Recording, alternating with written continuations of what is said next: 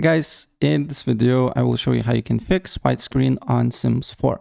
So the first thing what you need to do here, you need to go to the app, library, press on the three dots and repair your game files.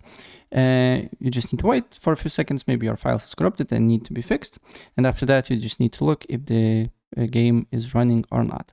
And if the game is not running, then press on the three dots again, go to view properties and then write -window mode.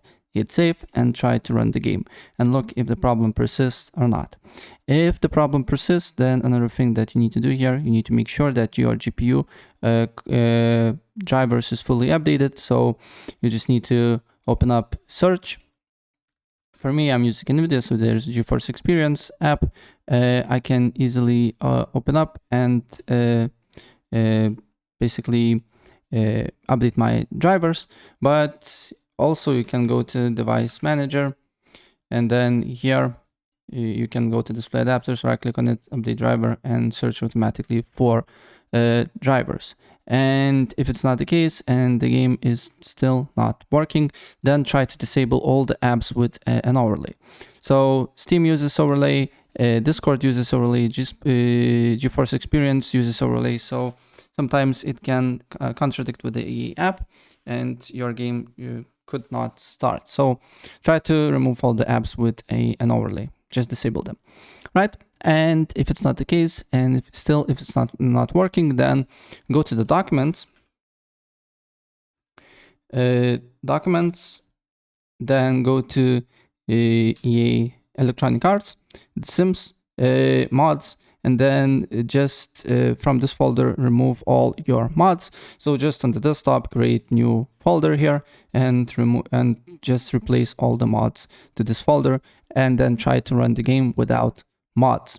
And if it's not working, then another thing that I suggest you to do here, maybe your screen and graphic settings is not right. So to do so, you just need to go and search, look for graphic settings.